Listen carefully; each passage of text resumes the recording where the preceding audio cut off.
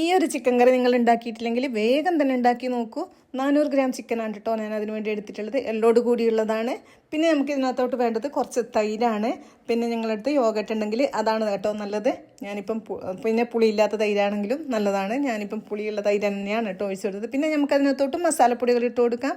കുറച്ച് മല്ലിപ്പൊടി ഇട്ട് കൊടുക്കണം. പിന്നെ നമ്മൾക്ക് വേണ്ടത് കുരുമുളക് പൊടിയാണ് കേട്ടോ. ഇതിനകത്ത് മുളക് പൊടി ചേർത്ത് കൊടുക്കില്ല. കുരുമുളക് പൊടി നല്ലോണം തന്നെ വേണം. ഇതിൻ്റെ ടേസ്റ്റൊക്കെ കുരുമുളക് പൊടിയിൽ തന്നെയാണ് കേട്ടോ നിൽക്കുന്നത്. പിന്നെ മഞ്ഞൾപ്പൊടിയും ചേർത്ത് കൊടുക്കേണ്ടതില്ല കേട്ടോ. പിന്നെ കുറച്ച് ഗരം മസാല, കുറച്ച് കസൂരി മേത്തി ചേർത്ത് കൊടുക്കുക.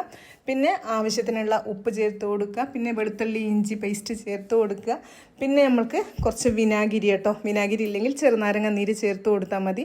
പിന്നെ നമുക്ക് വേണ്ടത് ചില്ലി ഫ്ലെക്സ് ആണ്. അത് നമ്മുടെ എരിവിന് അനുസരിച്ച് ഇട്ട് കൊടുക്കുക. പിന്നെ കുറച്ച് ഓയിലല്ല ബട്ടർ. അതിന് ശേഷം നമുക്ക് നന്നായിട്ട് തന്നെ മിക്സ് ചെയ്ത് കൊടുക്കാം കേട്ടോ. ആവശ്യത്തിനുള്ള ഉപ്പ് കൂടി ചേർത്ത് കൊടുത്തിട്ട് പിന്നെ ഞാൻ ചില്ലി ഫ്ലേക്സ് കുറച്ച് കുറവാണെന്ന് തോന്നിയിട്ട് കുറച്ചുകൂടി ഇട്ട് കൊടുത്തതാണ്. നല്ല എരിവോട് വേണം ഇത് കഴിക്കാനായിട്ട്. ആവശ്യത്തിനുള്ള ഉപ്പും കൂടി ചേർത്ത് കൊടുത്തിട്ട് നന്നായിട്ട് തന്നെ മിക്സ് ചെയ്തെടുക്കണം കേട്ടോ.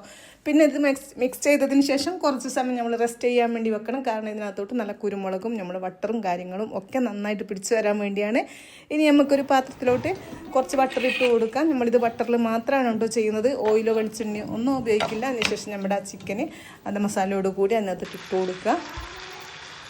എൻ്റെ പൊന്നു പറയാനേ ഇല്ല, ഈ മസാല ഇതിനകത്ത് ഇട്ടിട്ട് പിന്നെ ഫ്രൈ ആയി വരുന്ന സമയത്തുള്ള ഒരു മണമില്ലേ, അത്രത്തോളം നല്ലൊരു മണമാണ്. നമ്മൾ നോമ്പ് പോലും മുറിഞ്ഞു. അതൊന്ന് മാറ്റി വെച്ചതിന് ശേഷം നമ്മൾക്ക് അതേ പാനിൽ തന്നെ കുറച്ച് ബട്ടറും കൂടി ഇട്ട് കൊടുത്തിട്ട് ഇഞ്ചി വെളുത്തുള്ളി ഒരു സവാള കേട്ടോ ഇട്ട് കൊടുക്കുക. എന്നിട്ട് നന്നായിട്ട് തന്നെ വഴറ്റിയെടുക്കുക. പിന്നെ നമ്മൾ ആ മസാല കളയൊന്നും വേണ്ട, മസാല തന്നെയാണ് കേട്ടോ. കുരുമുളകിൻ്റെ ഇതിനോട് തന്നെ നമ്മൾ ആ സവാളക്ക് ഇട്ട് കൊടുക്കേണ്ടത്. പിന്നെ കുറച്ച് ക്യാഷ്യൂ കൂടി ഇട്ട് കൊടുത്തിട്ട് നന്നായിട്ട് തന്നെ വഴറ്റിയെടുക്കുക കേട്ടോ. ഒരുപാട് ടൈമൊന്നും വേണ്ട. എന്നിട്ടൊന്നത് മിക്സിയുടെ ജാറിൽ നല്ല പേസ്റ്റായി അരച്ചെടുക്കാം. അതിനുശേഷം ഒരു ചട്ടി അടുപ്പത്ത് വെച്ചിട്ട് കുറച്ച് ബട്ടർ കൂടി ഒഴിച്ച് പിന്നെ 2-3 വെളുത്തുള്ളി അല്ലി ഇട്ട് കൊടുത്തതിന് ശേഷം നമ്മൾ അരച്ച മിക്സ് അതിനകത്തോട്ട് ചേർത്ത് കൊടുക്കുക. പിന്നെ നമ്മൾ ഈ ഫ്രൈ ചെയ്ത ചിക്കനും കൂടി ഇട്ട് കൊടുക്കുക കേട്ടോ. അതിനുശേഷം കുറച്ച് ഫ്രഷ് ക്രീം ചേർത്ത് കൊടുക്കുക. പിന്നെ ലാസ്റ്റ് കുറച്ച് ചീസ് ഇട്ട് കൊടുക്കുക. പിന്നെ മല്ലിയില കൂടി ഇട്ട് കൊടുക്കുക. നമ്മൾ അടിപൊളി ടേസ്റ്റി ആയിട്ടുള്ള കറി റെഡി ആയിട്ടുണ്ട്.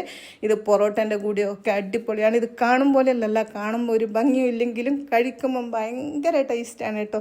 പിന്നെ നിങ്ങൾ എന്തായാലും ഇതൊന്ന് ഉണ്ടാക്കി നോക്കുക. ഈ റമദാനിൽ ഉണ്ടാക്കാതിരിക്കേണ്ട. കുബൂസിൻ്റെ കൂടിയും ഞാൻ്റെ കൂടിയും പൊറോട്ടേൻ്റെ കൂടിയും ഒക്കെ സൂപ്പറാണ്. ഞാനിത് 2-3 പ്രാവശ്യം ഉണ്ടാക്കി കേട്ടോ ഈ നോമ്പായിട്ട്. അപ്പം നിങ്ങളുമായിട്ടൊന്ന് ഷെയർ ചെയ്യാമെന്ന് വിചാരിച്ചിട്ടാണ്. ഇഷ്ടമായാലും എന്തായാലും നിങ്ങൾ ലൈക്ക് ചെയ്യാൻ മറക്കരുത്. അതുപോലെ തന്നെ നിങ്ങൾ ഇത് ഉണ്ടാക്കി കഴിഞ്ഞ് കമൻസ് കൂടി അറിയിക്കണം കേട്ടോ.